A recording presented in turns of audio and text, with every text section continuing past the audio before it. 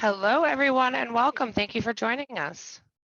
Those of you who know me, I am Shanna Utgard. I'm the Senior Cybersecurity Advocate here at Defendify. Welcome. Thank you for taking a little bit of time out of your day. Hopefully, you're enjoying this crazy full moon season and the end of October and fall weather and all the other fun things that come, not to mention National Cybersecurity Awareness Month, my favorite month of the entire year.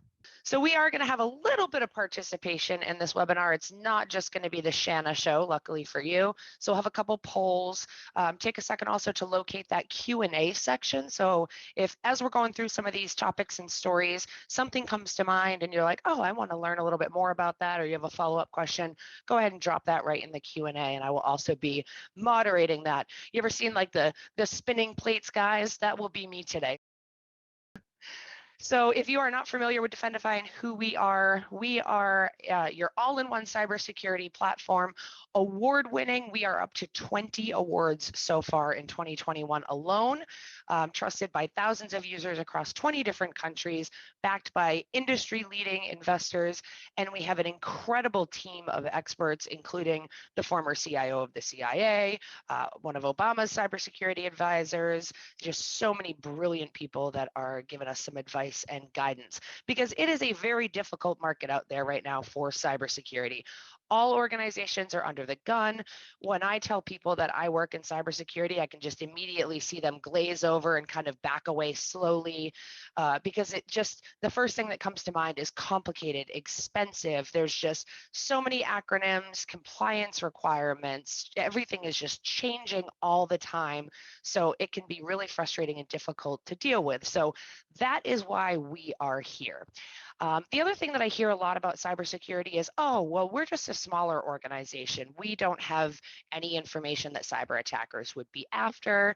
We're not targets. We're not the big enterprise organizations, but the statistics actually tell another story.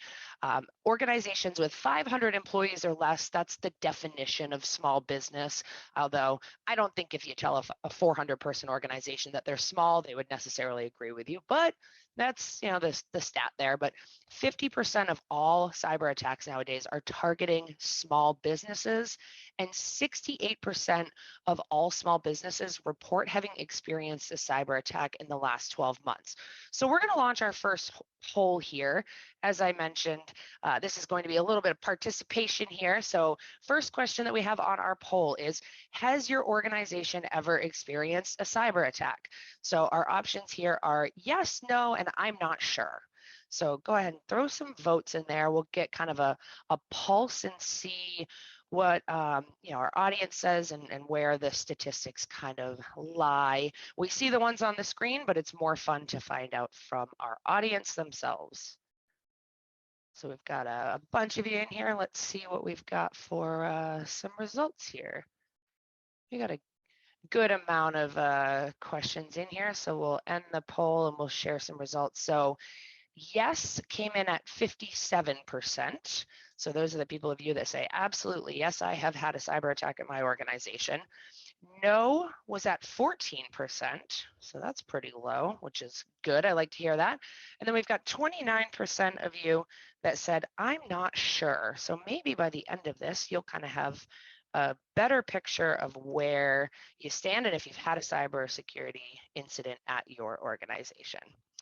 So we'll go ahead and close that poll for now.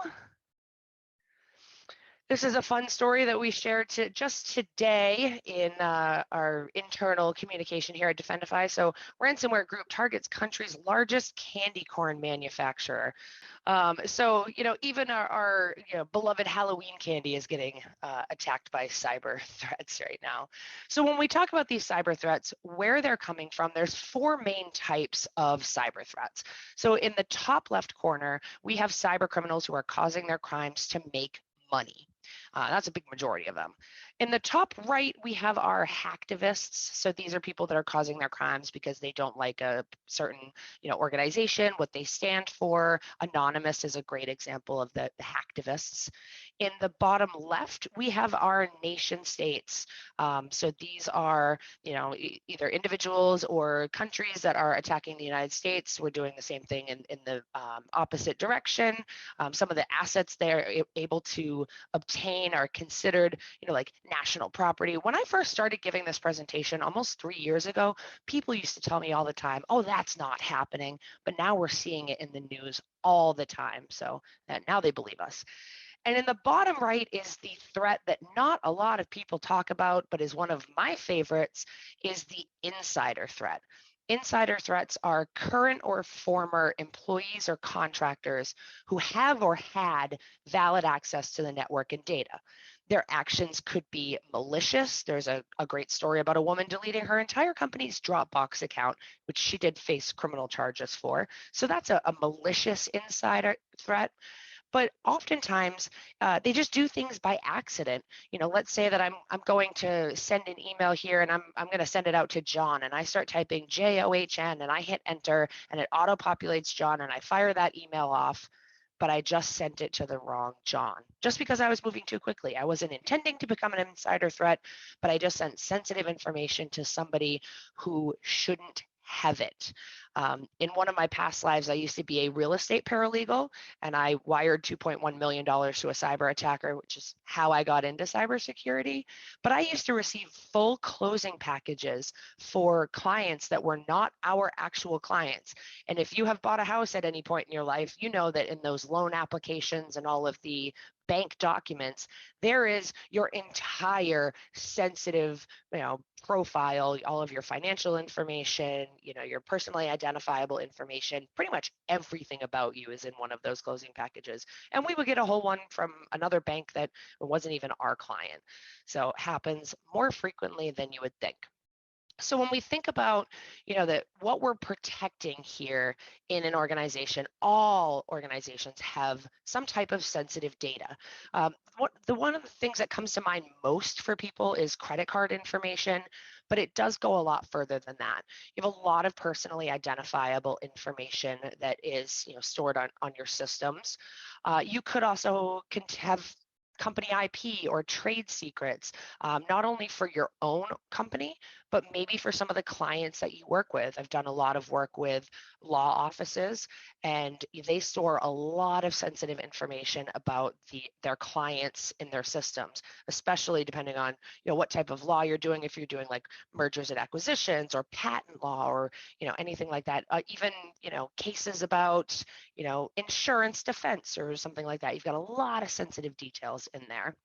You could also have a lot of tax documents, not necessarily even being like a tax preparer, but even for your own company, for your employees, bank information, wire transfer details for your own company, your vendors, other people that you work with. If you accept payments for anything, there's a lot of money moving back and forth. Vendor agreements and price lists. That's also another thing that could be considered sensitive data. Maybe you've negotiated some really good agreements with your vendors outside of their normal pricing, or even your own price lists if those are confidential. Legal documents, contracts, and then of course you may also have your customer sensitive data. One of the things that organizations don't necessarily realize is that you may be a high value target, not because of the type of information that you have, but because of the access that you might have to your clients. The Target breach is a great example of that, client sensitive data. That attack was perpetrated through a small little HVAC company. So the HVAC company was like, hey, we just work on, heating and ventilation systems. We don't have any sensitive information, but they had access to Target's ticketing system. And that's how that big corporate network was breached. When we talk about cyber criminals causing their crimes to make money, this gives you an idea of what data sells for on the dark web. This is one of the most valuable commodities on the planet. If you look at the largest, most profitable big enterprise companies right now, a lot of them deal with data. So many people are saying it has more value than oil or any other traditional commodity. And this is how it's monetized on the dark web. There are other ways that criminals take our data and make money, which we'll talk about, but this is what just pure records are selling for. The more information that goes along with it, you can see the more valuable it is. So if your organization has medical records, you can get up to $1,000 a piece because of the amount of information that is contained in those medical records. Pretty crazy, huh? Another big thing that we hear a lot is, well, I have antivirus and firewalls. Isn't that enough? This is one of the biggest problems with cybersecurity nowadays, is that these cyber attackers are altering and editing their malware so frequently that it's really difficult for traditional antivirus companies to keep up. Your traditional antivirus software, the way that it works is it has a big dictionary of all known malware samples. And anytime you're performing an action on your computer, it compares against that dictionary and says, all right, if this is a match, we want you to block it if this matches any of the known malware samples. But they're going in and they're making little changes to the code and little variations to make it not be an exact match. At 4 to 5 new malware samples are launched every single second. So by this time tomorrow, there will be 350,000 new pieces of malware out in the wild that your antivirus dictionary just does not know about yet. And that doesn't even go into, things like 0-day vulnerabilities, which means that there are, 0 days have passed since the, software manufacturer or whoever, is in control of that product. They haven't found out about this vulnerability until today. And that's when kind of the clock starts ticking and everybody can start, all the cyber criminals can take advantage of it. So that's not even accounting for those types of things and, your third party risk and all the other headlines that we're seeing in the news. So this is just not enough anymore. We need to add additional measures in place to take care of yourself. So what we do here is we institute multiple layers of cybersecurity protection. So our 3 key pillars here are assessment and testing, policies and training, and detection and response. The way that I like to think about cybersecurity measures is kind of like multiple pieces of Swiss cheese all stacked on top of each other. No cybersecurity measure on its own is enough to prevent any type of cybersecurity threat. So what we have to do is layer multiple pieces of that cheese. Every single one of them has holes or vulnerabilities. There are ways around it. But if we layer enough of those pieces of cheese, it would be very difficult for a cybersecurity threat to get all the way through. But if it did, then we put as many measures in place as we could to stop it. Another way that I like to think about it is by comparing physical security to digital security, because physical security measures have been around in place at your organization. You probably have, some or all of these types of solutions in place. If you wanted to protect your physical building from a burglary, then what you would do is install, access control measures. You would have, a video surveillance system. You would have locks on the door, maybe card readers that you have to scan to get into your building. You would have an alarm system that would notify you of any suspicious activity, motion and door sensors. You'd have an alarm panel with monitoring. Anything that is of value, you would make sure that that is secured and locked up at the end of the day, shred any data and information. And then you would have clear policies and procedures so everybody knows, how to respond, and you would have, inspections to make sure that everything is constantly up to date and do some training with the employees. Yet the average loss from a burglary is about $10,000. Much in the same way that we protect, a physical building, we can also protect our digital data assets. So we would control access to that information.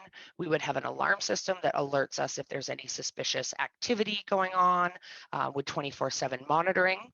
And then our data in this case are our valuables. So we would make sure that that data is secure. I saw a t-shirt today that said, dance like nobody's watching, encrypt as if they are, which I thought was very amusing. So we want to encrypt that data while it's at rest and make sure that nobody can can view it or get their hands on it. We also want to encrypt that as it's in transit, and then have, data protection and backups, multiple copies of that data, and then have clear policies and procedures for our staff and our team, conduct awareness training, do ongoing scanning and testing to make sure everything's, up to snuff, like with a building inspection. Yet most organizations that we start working with look like this. They have their antivirus and firewall, but typically not a whole lot more than that. And the average loss from a breach starts at $200,000 for a small organization. That's not even, skewing the statistics with the large enterprise data breaches. So a lot of the problem is we don't generally know where to start when it comes to cybersecurity. I get asked all the time, how much protection do I need, or how much is too much? And it's one of those like lawyer answers of, well, it depends. So when we talk about this defense in depth strategy, we're going to use this little like triangle here. Kind of looks like, to me, it looks like a marketing funnel. But we've got our attacker at the top, and that attacker is trying to get down to, our information or get some kind of money or cryptocurrency out of us at the end of the day. So we put these multiple layers of protections in place, but where do we start? If you went to the doctor and you said, doc, I'm not really feeling very well, and the doctor likely would not start treating and diagnosing and saying, okay, we'll take 2 of these tonight and you've got surgery next Tuesday. You would be like, whoa, wait a minute, we don't even know what's wrong yet. So we take the same first step when it comes to our defense in depth approach. First thing we do is a threat modeling assessment. So we're going to go through, and this is kind of one of the most basic threat modeling profiles that we can put together, but it'll give you a place to start. So we're going to look through and figure out, what do I want to protect? So going back to that sensitive data, like what do I have that if I posted it on a public facing website would cause my company a lot of problems? So what do I want to protect? What do I want to protect it from? It could be, an attacker getting a copy of it. I might want to protect it from, insider threats. How bad are the consequences if I fail? Maybe if somebody gets a hold of your Twitter login, it wouldn't necessarily be catastrophic to your company, but let's say you are a nonprofit organization and somebody got a hold of your entire donor database, all those donor records, that could be very catastrophic to your organization. How likely is it that I will need to protect it? So kind of going back to that physical security analogy, at my house, I might have, it's a 1-story ranch. So I've got some door and window sensors because that's the only way in the house. I've got some security camera systems pointing at all of my major entry points. The chimney could be a potential entry point, but it's really small. It's all plugged up with some insulation right now. Is it possible that somebody could fish all that insulation out and kind of shimmy down into my chimney and get into my basement? I mean, yeah, technically it's possible, but how likely is that? Not very. So I'm not going to put any measures in place to protect my chimney entry point. And that's that last question there, is how much trouble am I willing to go through to try to prevent those potential consequences? So that's a very basic threat modeling exercise that you can go through. The other thing that you can do is go through a cybersecurity assessment and see what type of technical controls that you have in place and any holes in that based on some very widely accepted best practices. In the Defendify platform, and you'll get, if you're here at the end of it, you'll get a link where you can actually get access to this free cybersecurity assessment and see where you stand. They'll take you through a series of questions, give you some recommendations based on those widely accepted frameworks. We're not just throwing out suggestions here.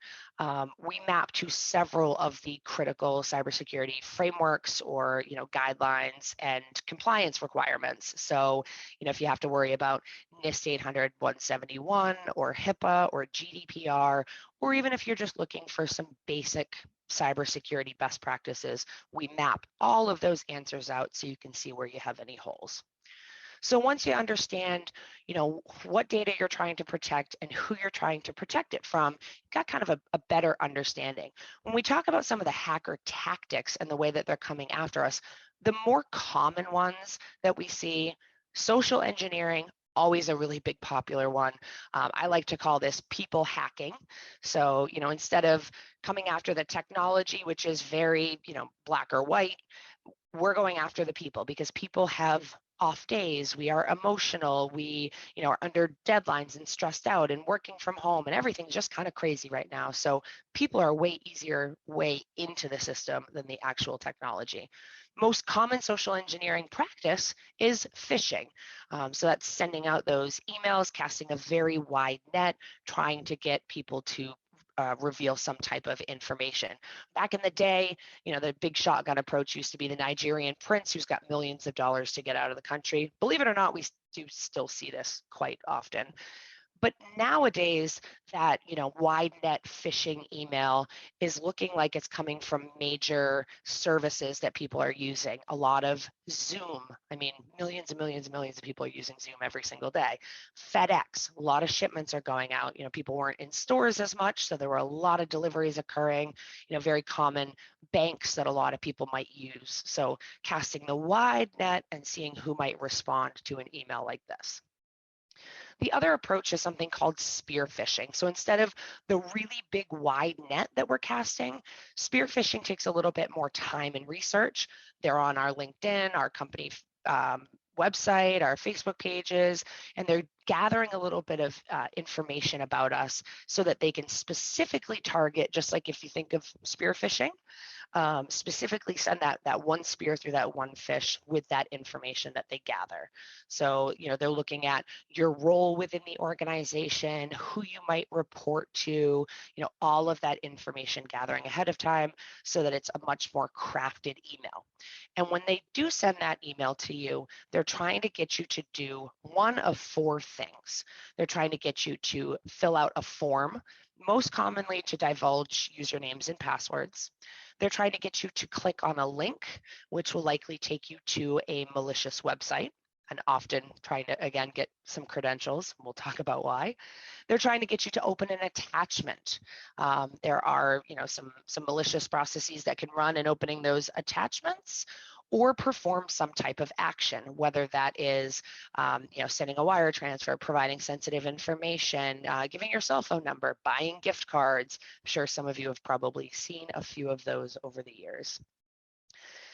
And almost everything that we are looking at here has some type of emotional response. We are typically playing off of fear, greed, curiosity, helpfulness, urgency, reward, and penalty. So one of the things I always tell people, you can go through reading email headers and things to that effect, but if it's causing you any type of emotional response, if they're trying to get you to, perform an action very quickly, if there's, if you don't perform this specific action within a deadline or a time, that there's going to be a consequence. These are the typical emotions that they're usually playing off of. A couple of quick examples of some phishing emails that were targeted to specific employees here. A email to somebody who is in a payroll type role would be a remittance payment report. This was a very popular one. Your Zoom meeting attendees are waiting, because a lot of people are using this type of service. Job application, so people who are in charge of hiring, or might have to open attachments as part of their job. And it even goes a lot further than just emails nowadays. A lot of it is coming through in SMS text messages as well. The links are shortened, not really able to see where those links go. And one of the big goals here is to get you to click on the links. They might look for vulnerabilities in your devices, or try to get some type of credential information out of you through these text messages as well. A lot of employees are able to access sensitive company information from their cell phones. So phishing is a really big threat that should be included in that risk assessment and your threat profile, but also take a look at whether or not you allow employees to access any sensitive company information from their personal mobile devices. That should definitely be included in that threat profile and your risk assessment that you do. And then also, any employee that answers the phone. You should also look at what type of sensitive information may be given out about your organization by, the people that are consistently answering the phone. If you don't have your own internal help desk personnel, a lot of people will pose as, outsider, managed service providers. So make sure that employees are trained up on that side of things, and they're trying to get a lot of information from you over the phone. So just a good general reminder here, if an unexpected email, caller, or text asks you to fill in a form, click on a link, open a file or an attachment, pay an invoice, or reply with any sort of confidential information, the best practice is to reach out to that sender and verify using a different method of communication. Even if it passes all of the checks of grammar and time sent and the email headers and all of those other things, you never know if somebody's email account has actually been compromised. So always best a quick phone call message just to verify that somebody did send that information over to you. I've received plenty of attachments and links from people who, after that one quick phone call, I get that frantic, no, my email's been hacked. So just always make sure you take that extra step to verify. So the goals here and some of the things to think about in that threat profile and risk assessment is the attackers are generally after company passwords, financial and identity information, your intellectual property, or money. So how do we protect against that?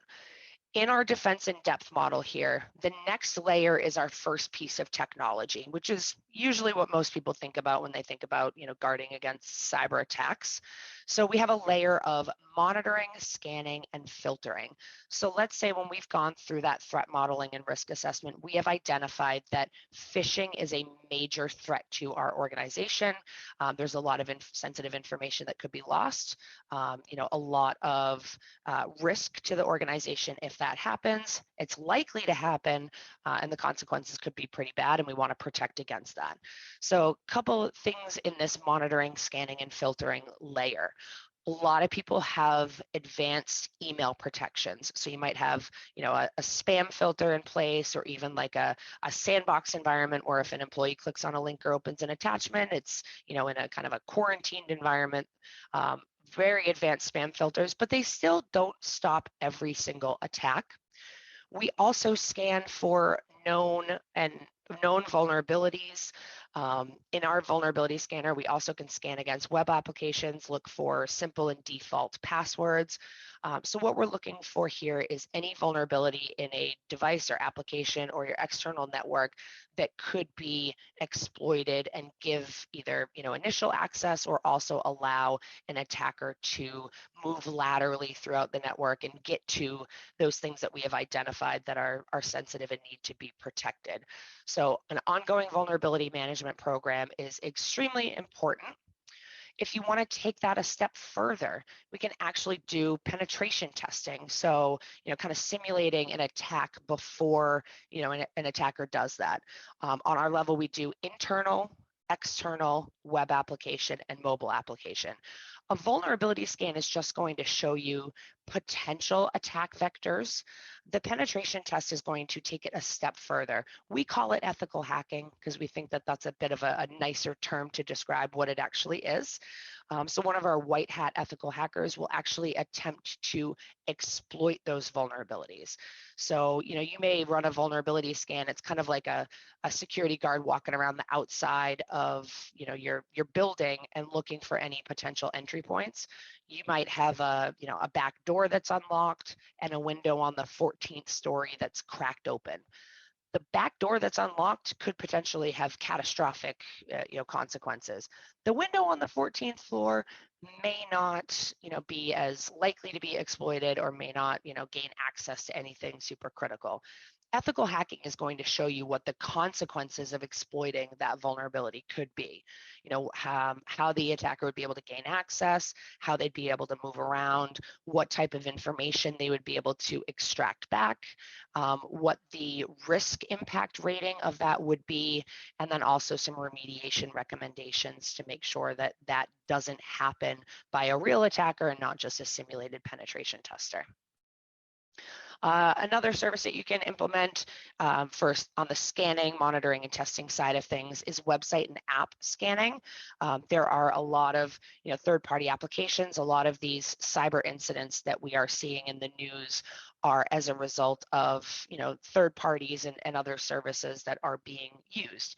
Your website can also be used as an attack vector. So we can offer some ongoing website and application scanning.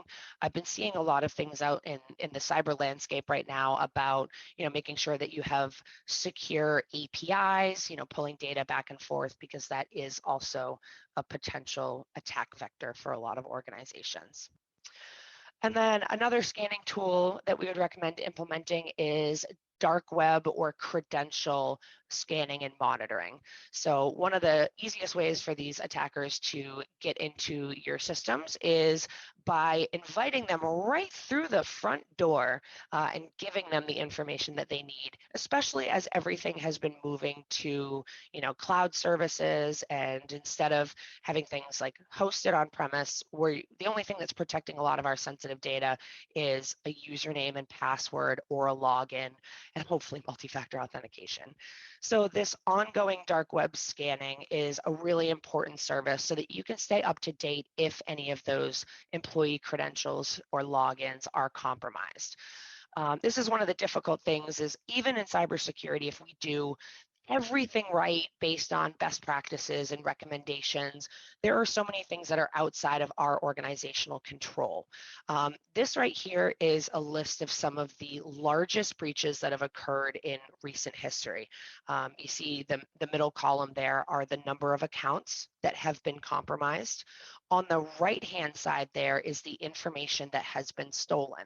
So as we go down through that list, everything is email, password, email, password, email, password. So, these organizations, these other, companies that you're logging into have the responsibility of protecting their database and your usernames and passwords. But as we can see here, they get compromised.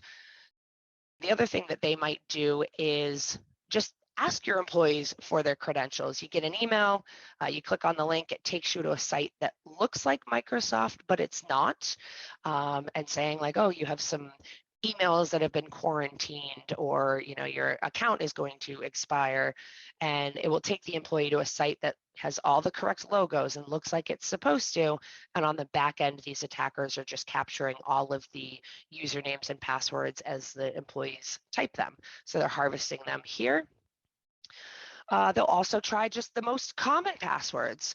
So the most common passwords here of 2020, a lot of, consecutive numbers, passwords. So they'll start using automated tools to try these types of logins and password combinations.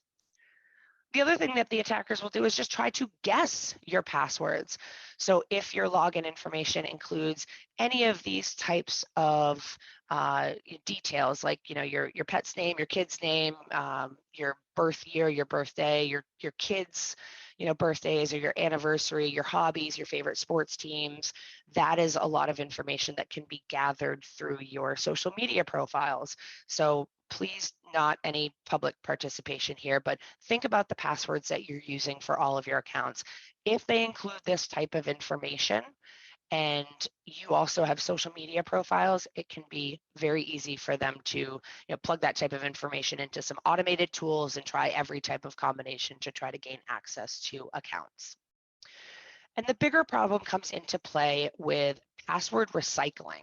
So this is why the attackers use this type of attack method, is because 73% of online accounts are guarded by duplicated passwords.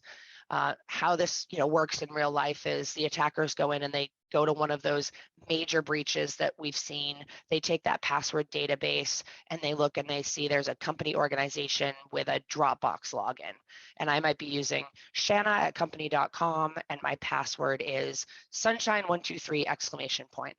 They're going to then take that username and password combination and try it in a lot of your more valuable accounts.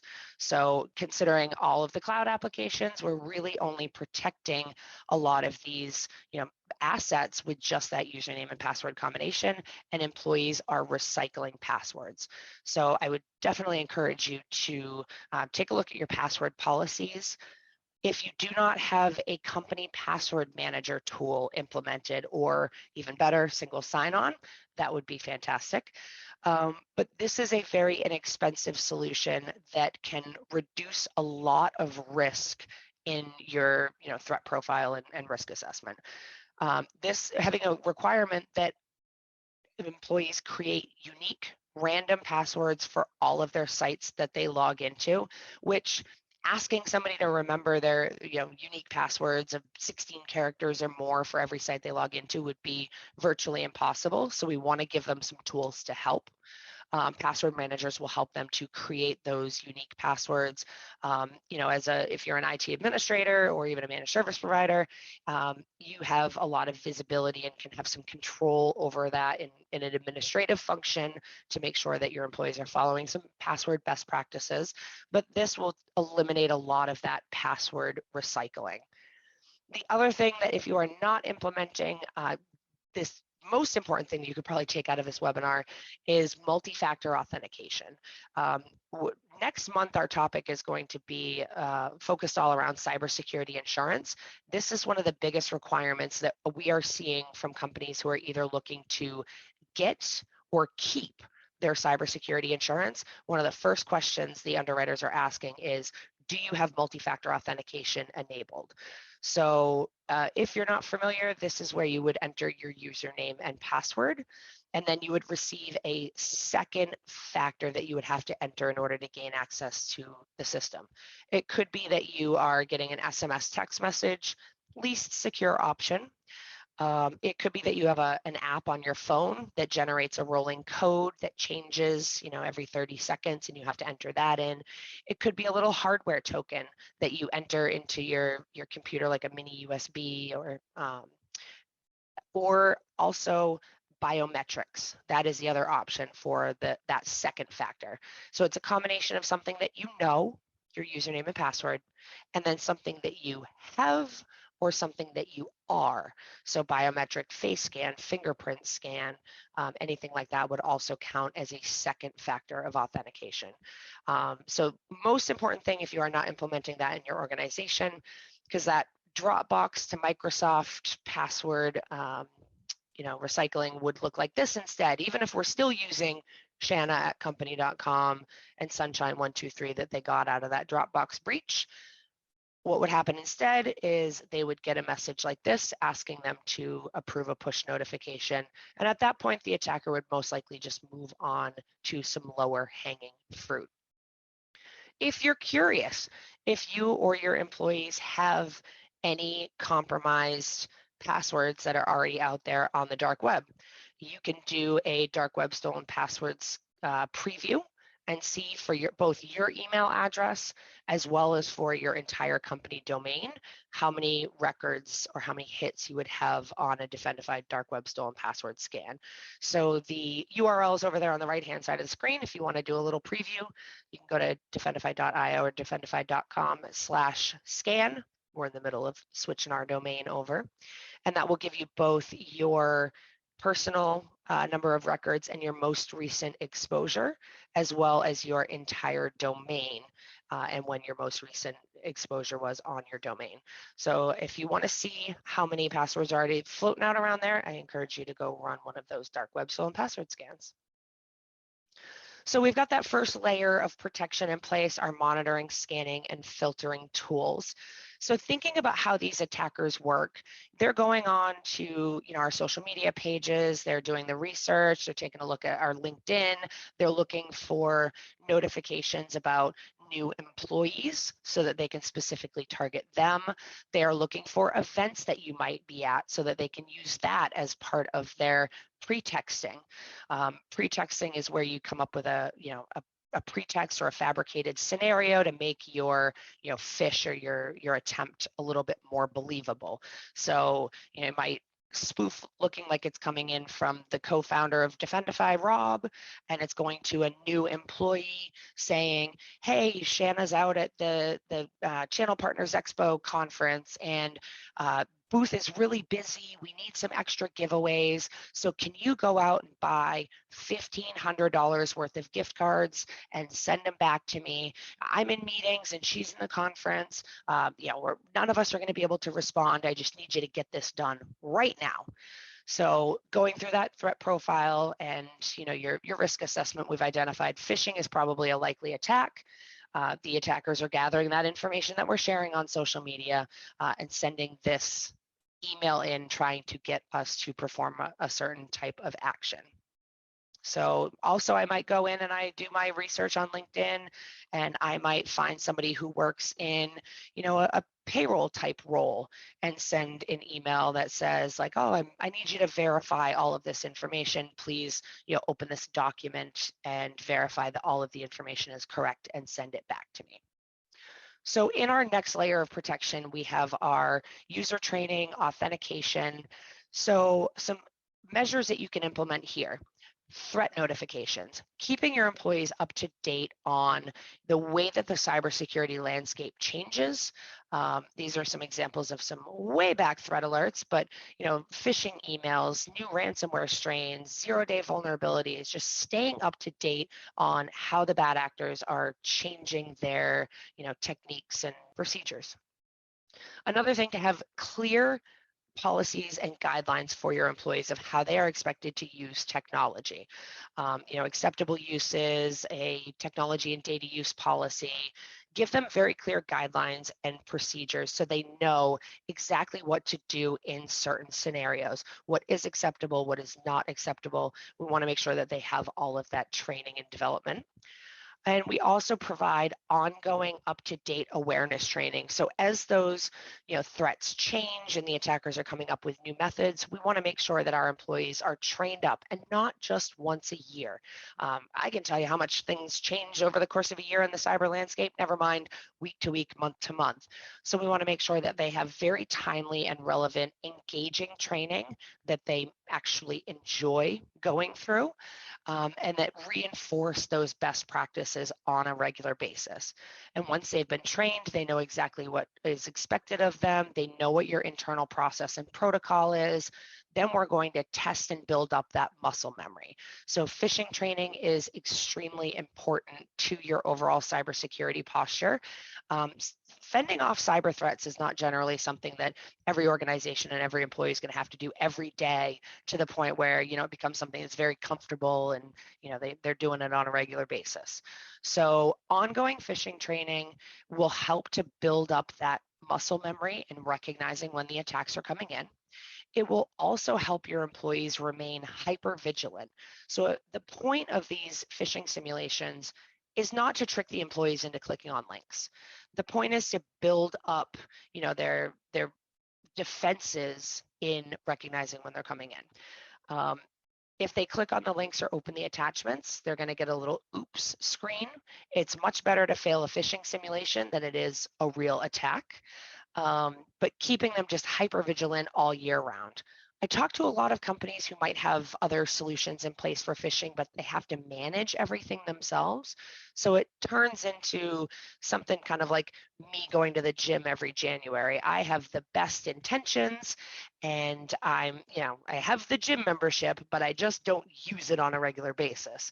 So you want to make sure that you're doing this at least every single month. Quarterly phishing simulations are not going to achieve the same type of objection that you are looking for, or objective, I'm sorry. It's basically just giving you a new baseline every 3 months of where your employee click rate would be at. So at least on a monthly basis, and positioned in a positive light, like we're building up your defenses so that when that real phishing email comes in, your employees remember that if an unexpected email, caller, or text asks you to fill in a form, click on a link, open a file or attachment, pay an invoice, or reply with any type of confidential information, that their next step is to reach out to that person and verify that that is a legitimate request. But also, we're human.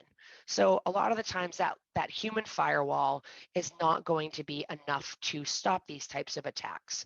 So after that, the authentication, user training, and clear policies is in place, we need to have another last technology layer in there. So, the employee gets that attachment, they open it up, they click, enable content, because there's even a little guidance and advice of how to enable content or enable macros.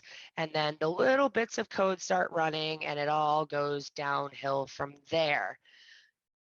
You get, a ransomware infection, you've got, X amount of time to pay some money in a cryptocurrency format. And if you do, you'll get the key to unlock all of your files. Ransomware is a very big topic of conversation right now. We're seeing a big resurgence in it. Part of the reason why is because you can go online right now and buy a ransomware as a service kit on the dark web for as low as $50. You don't have to have any experience in launching these. You don't have to be a Dorito dusted teenager in your mom's hoodie or in your mom's basement in a hoodie, like clacking away and hacking. You could be anybody off the street. If you've got an email list that you want to send this ransomware as a service kit out to, $50, it's yours. And it's almost like a multi-level marketing for ransomware distributors right now. Half of anywhere from 10 to 30 to 50% of that price that you pay to unlock your files will go to the person who created that malware. And then the rest of it will go to the person who is distributing that malware. So, it's like having a whole little ransomware army out there just launching these attacks at people. There's support. If your attack isn't very successful, they will help you to make it more effective. There's chat functions, a whole 9 yards. They've even got call centers for this. And the other big change in ransomware recently has been, traditionally, it was, I infect you, I demand a certain amount of money in cryptocurrency, and then if you pay me, I give you the key to unlock your files. Our IT people have spent the last couple of years putting in place, very good backup systems, multiple copies of the data in multiple formats, stored in multiple locations. So our IT teams were like, that's cute. You're trying to ransom me. I'm just going to take this infected device and I'm going to wipe it and restore it from a backup, and we're all going to move on with our day, and I'm not going to pay you anything. Well, obviously the cyber criminals didn't like that very much. So they went back to the drawing board. And now what they're doing is they're lurking for longer than usual in your systems before you're getting that ransomware infection. They are searching through all of the information that you have. They're determining the value of the data that you possess. So maybe it's, trade secrets or personally identifiable information or protected health information. So if you have medical records, so they're determining the value. They're looking at things like your company revenues and seeing, well, if you do this much amount of revenues in a year, how much would being down from this ransomware incident affect you? Figuring out day to day how much that would cost you in lost revenues or, payroll expenses or anything like that. And they're also looking for your cyber insurance coverage amounts. So if they're able to find out what coverage you have in your cyber liability policy, then they know what they can extort you for, that it's likely that your cyber insurance provider would see more value in paying it than trying to deal with all of the other effects. So the demand then changes. So when you're getting that message, it's not just, I have your files, pay me to get them back. It's, I have your files and you can pay me money to get the key to unlock them. You can pay me some more money if you want me to delete all of the information that I stole of yours. Or if you don't pay, then I'm going to release all of that information on the dark web and you're going to have a data breach on your hands. So you're going to have to notify all of your customers or your clients. You're going to have to tell them hat in hand that you didn't protect their information well enough and it got out and now it's going to be released on the dark web. And if it is, a lot of the times there are, aside from notification costs, there are costs for identity monitoring and all kinds of other things depending on what the information was that's released.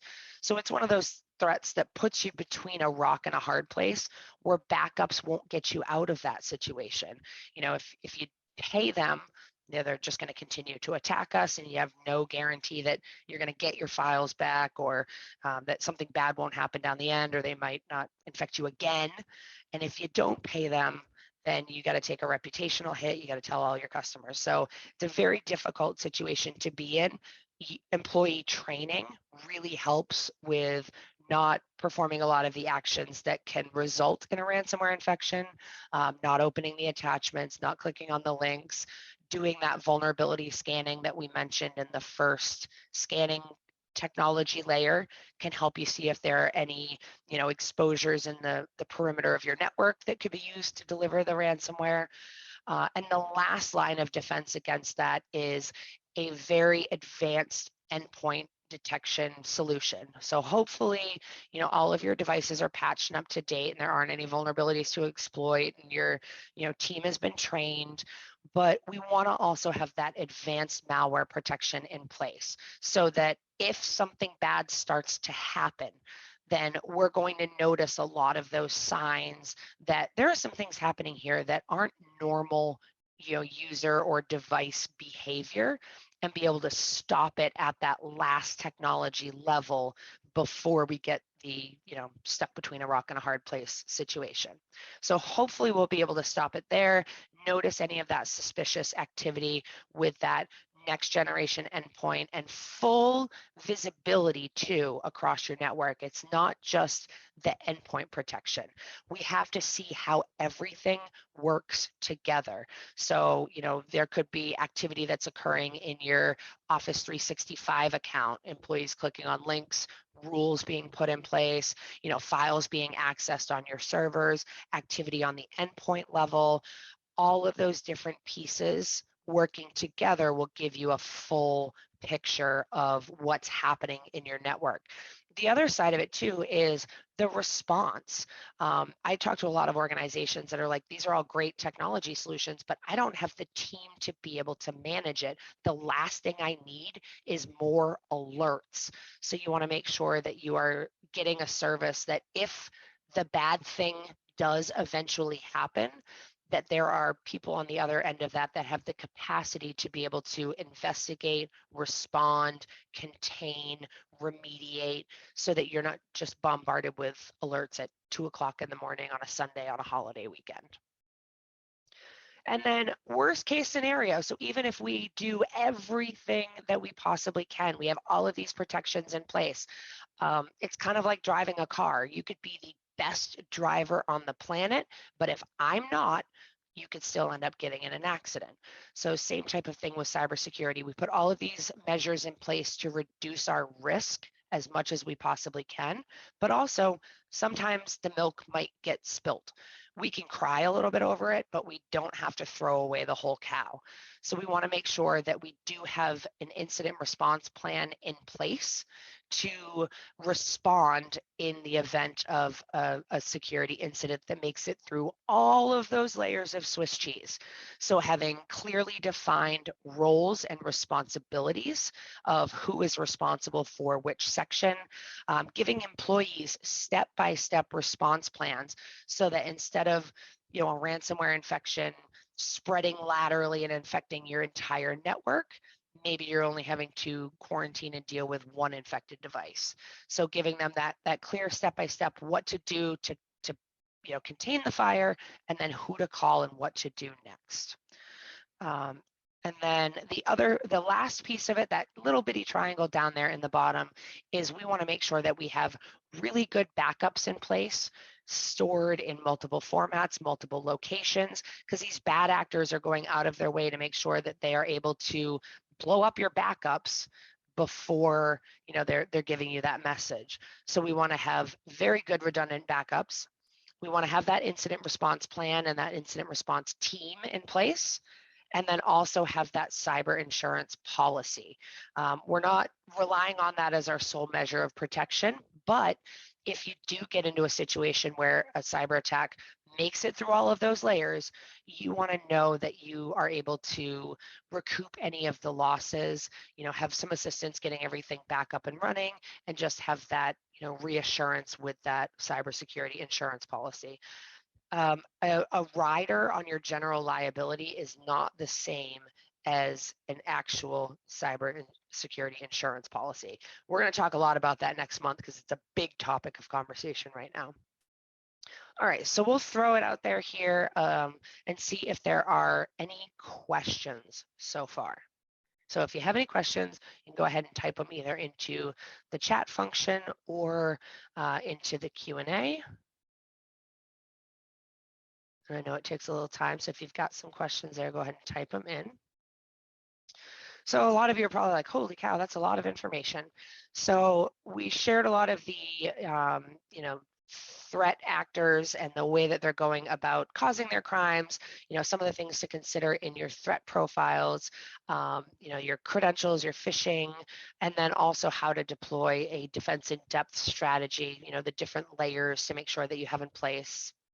One thing I definitely want to make sure to stress here is that cybersecurity is not something that we do once and then, we turn on the technology machine and we are protected and, we just carry on and go about our day. It is a posture that everyone in the organization has to take. So, from the top to the bottom, everybody participates in the cybersecurity program. Everybody has this cyber defender attitude, and it's something that you review and reassess on a regular basis as the threats change, as your technology changes, just as the world changes. So make sure that it's something that you're looking at ongoing in a posture that everyone's taking. If you want to know where to start, that very first biggest part of the top of the pyramid will include our cybersecurity health checkup. These are free tools that we have put together to help people navigate the crazy, complicated cybersecurity landscape. So if you want to know where you stand, do that basic cybersecurity health checkup, get some, remediation recommendations and some best practices based on compliance or just general frameworks. The cybersecurity health checkup it's quick. It usually takes about 45 minutes or less to complete the entire full cybersecurity health checkup. If that gives you like a mild heart flutter of finding 45 minutes to be able to do anything uninterrupted, we understand. If you start the cybersecurity health checkup and then inevitably something is on fire, you can go back to it and pick up where you left off as many times as you need to. The free essentials package also includes our external network vulnerability scanning tool. So if you want to run, an external network scan, see if you have any vulnerabilities, outdated software, ports exposed, anything that could be used as an attack surface or, to deliver some ransomware, we will run that for you every single month. You can add one external IP address and just, run that scan and see where you stand. And the last module there in the cybersecurity essentials package is our threat alerts system. So 2 times a week, we will give you an email into your inbox. So we'll send you the threat alerts that have come out in the platform in an email. You can scan through, see if anything is actionable, and then pass that along to any other people in your organization that would want to know about that particular threat alert. So completely free, no obligation, no deadline or timeline on that, no hard sales pitches or anything to that effect. So see where you stand, make sure that you are protected. We also have a ton of different cybersecurity resources here. So guides and planners, portals, tips, FAQs, tons of different information to help you navigate the cybersecurity craziness. And a couple of other free guides here. Again, go ahead and check and see if you have any compromised passwords. You can go to defendify.com/scan, run your email address. We also have a free cybersecurity quick start guide. So if you're looking at, where to start with your cybersecurity program, you can go grab a copy of that and it'll walk you through, a bunch of different recommendations. Let's launch our last poll. Has your organization ever experienced a cyber attack? So just a reminder here on the last one, we had 57% of people said, yes, we have. 14% said, no, we have not. 29% said, I'm not sure.